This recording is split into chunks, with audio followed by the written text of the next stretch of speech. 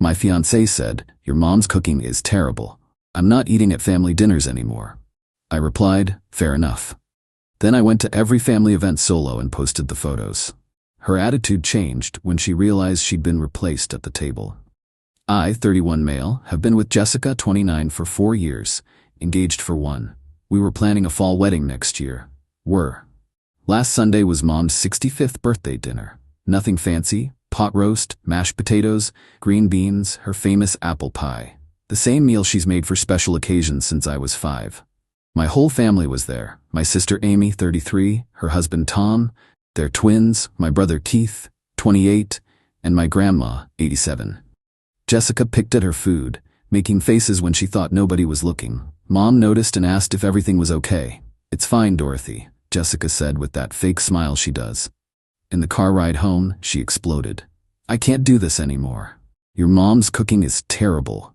Everything's either overcooked or underseasoned. That pot roast was like leather, the potatoes were gluey, and don't get me started on that pie. Store-bought crust would have been better."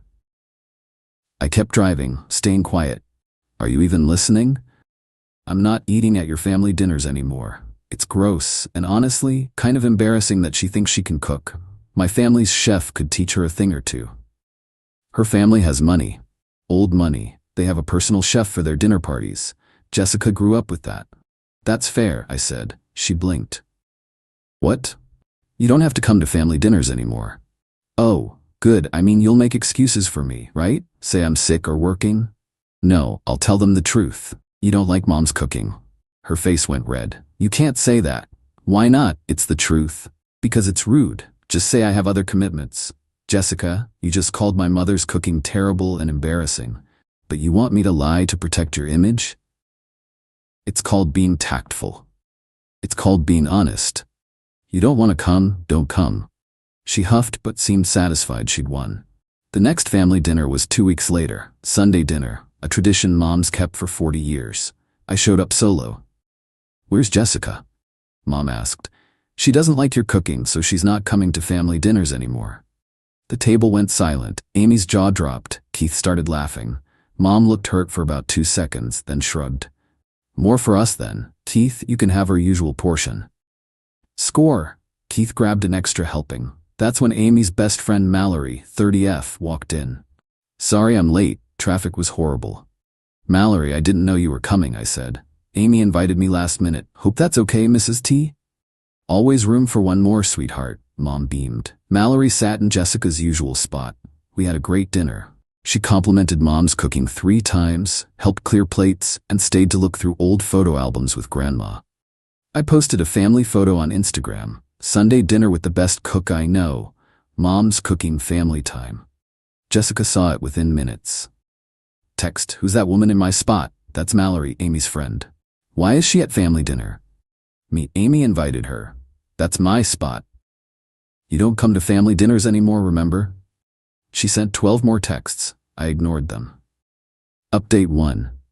The entitlement escalated quickly. Week 3 without Jessica. Mom made her famous lasagna for Keith's promotion celebration.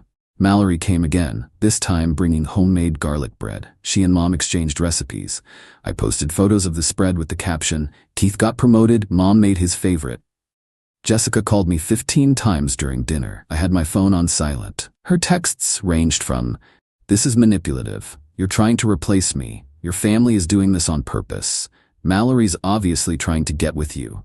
When I got home, Jessica was on the couch, arms crossed. "We need to talk about boundaries." "Okay. I don't want that Mallory person at your family dinners." "That's not your call. You chose not to attend. You don't get to dictate who else comes. I'm your fiancé, who refuses to eat with my family because the food is terrible. Then why do you care who's there?" She stomped to the bedroom and slammed the door. Week 4. Mom's friend group came over for their monthly cookbook club. They were testing recipes from some Italian cookbook. Jessica used to love these events, mainly for the Instagram photos, I realize now. I went to help Mom set up. Mallory was there too, helping Mom prep ingredients.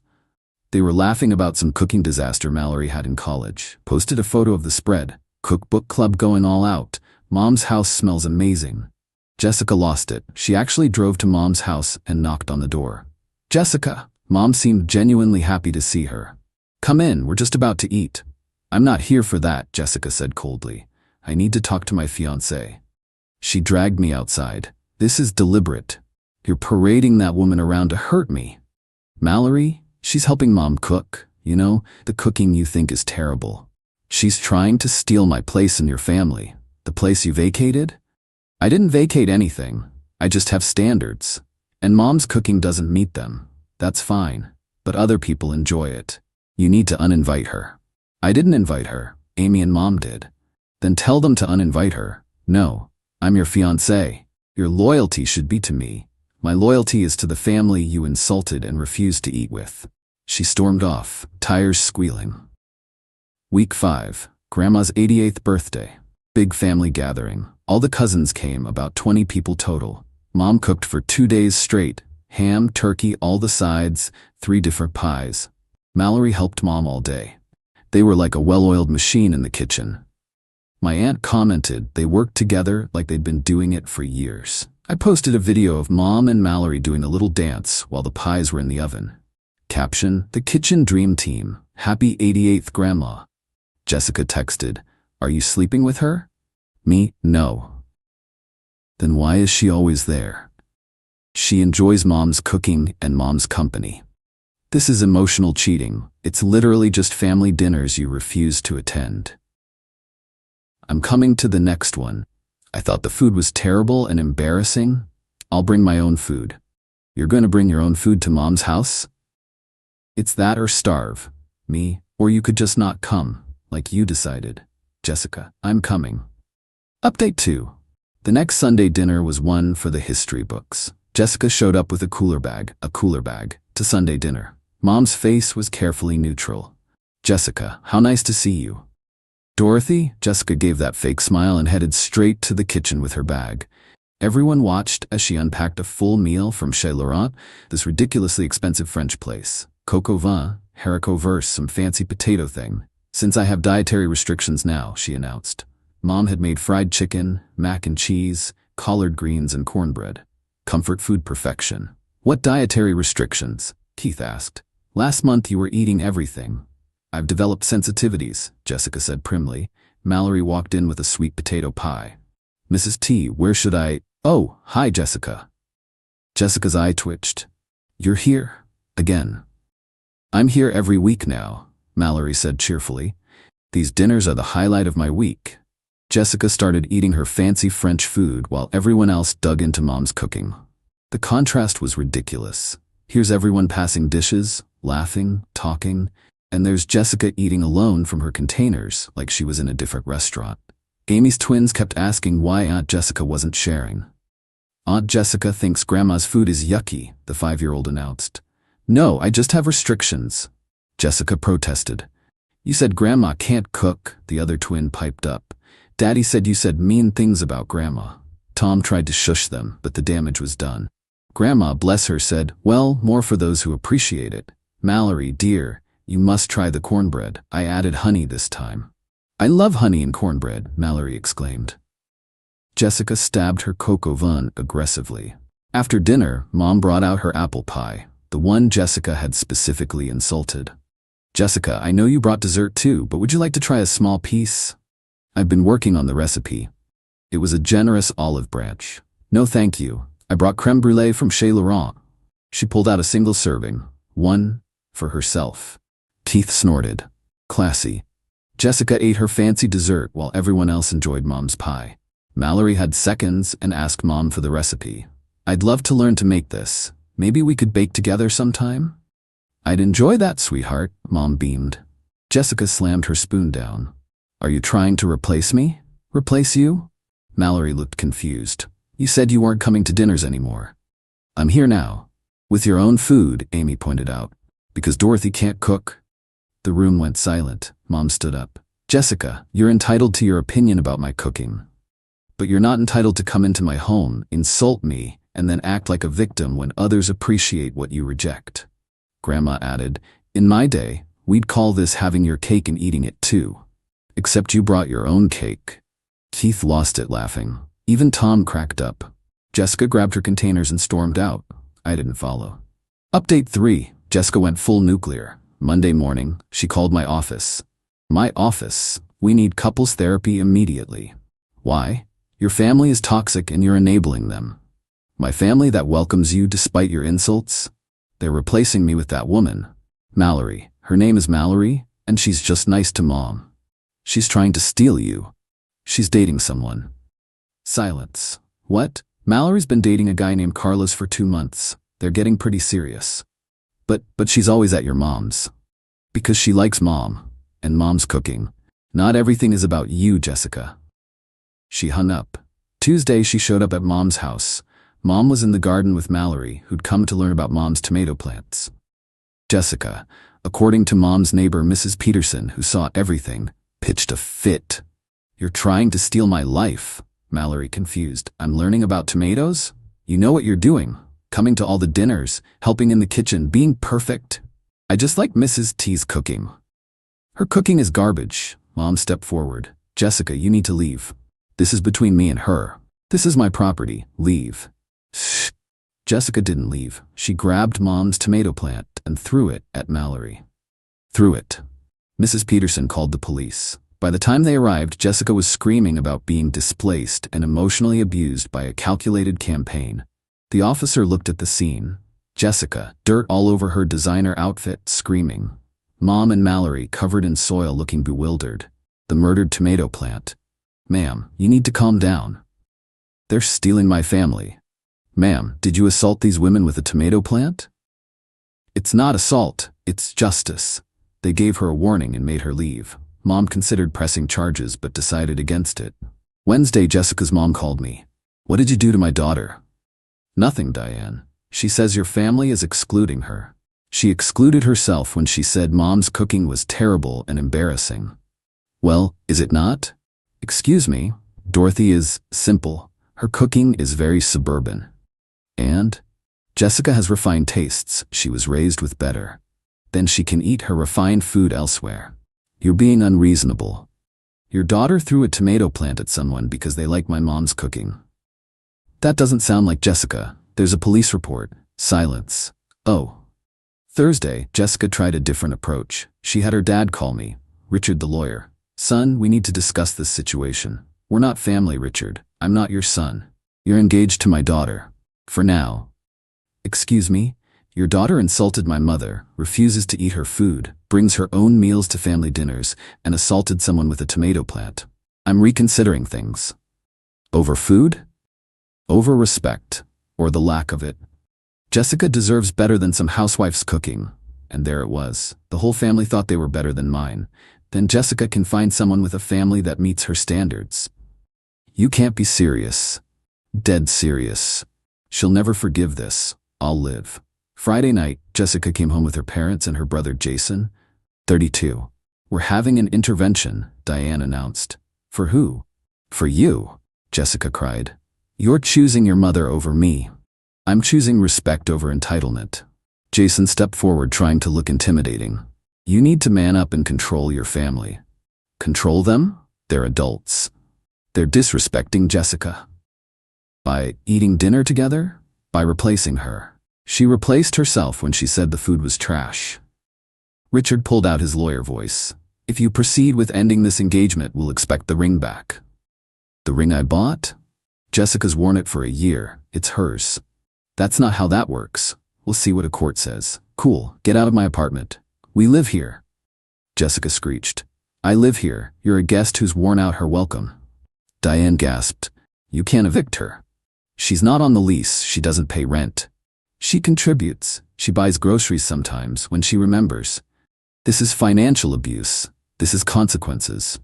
They left after more yelling, but Jessica stayed, locked in the bedroom, texting furiously. Update 4 Saturday morning. The social media campaign started. Jessica posted on everything: Facebook, Instagram, TikTok. The narrative? I was an abusive mama's boy who let his family bully her. She was the victim of an orchestrated campaign to push her out. Some highlights. He prioritizes his mother's feelings over his fiancée's comfort. They brought in another woman to replace me at the table. I have dietary restrictions and they mock me for it. This is what happens when you date a man who can't cut the umbilical cord. Her friends rallied. The comments were brutal. But then Mallory commented, with receipts, "Hey Jessica, just wanted to clarify. I'm dating someone, have zero interest in your fiancé, and you said Mrs. T's cooking was terrible and embarrassing. Also, you threw a tomato plant at me? There's literally a police report." She attached screenshots of Jessica's texts to Amy calling Mom's cooking peasant food and saying she was too good for their Walmart ingredients. Amy jumped in with her own screenshots of Jessica saying she was only marrying me for the security and that she'd fix my family after the wedding. Keith posted the video from Sunday dinner of Jessica eating her separate French meal while everyone else enjoyed Mom's cooking. The contrast was not flattering. Then Mom commented. Mom never comments on drama. "Jessica, you're welcome at my table anytime, but you need to arrive with respect, not resentment. My cooking may be simple, but it's made with love. If that's not enough for you, that's okay, but don't blame others for filling the seat you vacated." It went viral in our town. Everyone had opinions. Jessica's friends started backtracking. Turns out, many of them had been to Mom's dinners over the years and knew her cooking was great. By evening, Jessica was in full meltdown mode. "You ruined my reputation. You posted lies on social media. They're not lies. They're my truth. Your truth includes dietary restrictions you don't have? I could have them. Jessica, just admit you're a snob who thinks you're too good for my family." "I am too good for your family. My family has money, status. Your mom is a retired teacher who drives a Honda. And? That's embarrassing. Then why did you say yes when I proposed?" Silence. Then quietly, "Because I thought I could change you, make you better." "Better like you? Yes, I don't want to be like you." "What's that supposed to mean?" "It means you're entitled, rude, and treat people like servants. You think money makes you superior. It doesn't. It just makes you rich." "How dare you?" "Truth hurts." She threw her engagement ring at me, missed by 3 feet. "We're done." Okay, that's all you have to say?" "What do you want me to say?" "You just told me you've been trying to change me into someone I'm not. You insult my family. You think you're better than us? Why would I want to marry that?"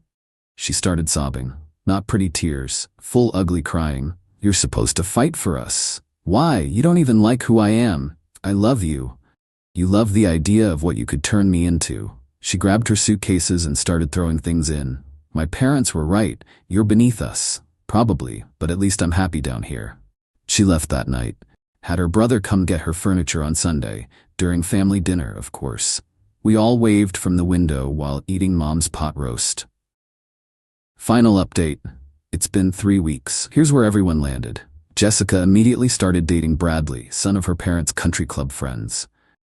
He's exactly what she wanted. Wealthy, entitled, and thinks Olive Garden is ethnic food. They got engaged last week. Apparently she'd been texting him throughout our relationship as her backup plan. Her mom called to gloat. "See? She traded up. Bradley's family owns 3 companies. Good for her. You could have had this life. I didn't want that life. Your loss, I'll survive." The ring drama. Jessica tried to keep it. Posted photos wearing it with Bradley, saying it was a push present to herself for surviving trauma. I hired a lawyer. She had to return it or face theft charges. Bradley was apparently not happy to learn his new fiancée was wearing another man's ring. Mallory and Carlos came to Sunday dinner last week. Turns out Carlos loves Mom's cooking too. They're planning to take cooking classes for Mom together as a couple's activity. "Mrs. T, would you consider teaching cooking classes?" Mallory asked. "I'd pay." Mom's now teaching weekend cooking classes in her kitchen. 5 students so far. She's thriving. Jessica found out about the cooking classes, had the audacity to text me, "Your mom is monetizing this situation. That's so tacky." Me. Blocked. Amy ran into Jessica at Target last week. Jessica was with Bradley, loudly complaining that the checkout girl was too slow and probably illiterate. Amy said Bradley looked dead inside already. Keith matched with Jessica's friend Brittany on Hinge. She told him Jessica used to practice her surprise face for when I proposed, for 3 months before I actually did it. She also said Jessica had a spreadsheet ranking potential husbands by income, family status, and improvability. I wasn't even in the top 5. Last Sunday, we had our biggest family dinner yet. Mom made her terrible pot roast. There were 15 people there, family, Mallory and Carlos, Mom's neighbor Mrs. Peterson, and my cousin Derek, who drove 2 hours just for Mom's cooking. I posted a photo, full house for the best cook in town, Chash Mom's cooking real family. Jessica commented from her new account, enjoy your mediocrity. Mallory replied, we are. Your Chez Laurent containers are still in Mrs. T's fridge if you want them back. Jessica deleted her comment. Yesterday I got a text from an unknown number. It was Richard, Jessica's dad. Bradley's family is having doubts. Jessica showed her true colors at their chef's tasting. She insulted 3 courses and made the chef cry. And nothing. Just thought you should know you made the right choice. I know. For what it's worth, Dorothy's apple pie at the church bake sale was always the first to sell out. You've had Mom's pie? 20 years ago. Before Diane banned me from commoner events, I still think about that pie. She's teaching cooking classes now. Really? Saturdays, 2 p.m. Don't tell Diane. The last I heard, Jessica and Bradley's engagement imploded when she brought her own food to his mother's dinner party. His mother is apparently an award-winning chef who trained in Paris. Jessica called her food pedestrian. She's now single, living with her parents, and according to her Instagram, taking time to heal from toxic relationships. Mom's cooking classes are booked solid through next month. She's considering writing a cookbook called Simple Food for Real Families. Mallory and Amy are helping her test recipes. The dedication will read, for everyone who knows that the best meals aren't about perfection. They're about the people around the table. As for me, I'm good, better than good. I learned something valuable. When someone tells you your family isn't good enough for them, believe them. They're telling you exactly who they are. And if they can't appreciate a woman who spent 40 years perfecting her pot roast recipe just to see her family smile, they don't deserve a seat at the table. Mom's making lasagna this Sunday. The group chat already has 12 confirmations. Jessica's Chez Laurent containers are still in Mom's fridge. We use them for leftovers now. Mom says it's the fanciest Tupperware she's ever owned. Life's funny that way. Edit. Since everyone's asking, yes, Mom's apple pie really is that good. She finally shared the secret. She adds a layer of cream cheese and brown butter between the apples and crust. Game changer. And no, she won't share the full recipe unless you take her class. Woman's got a business to run now.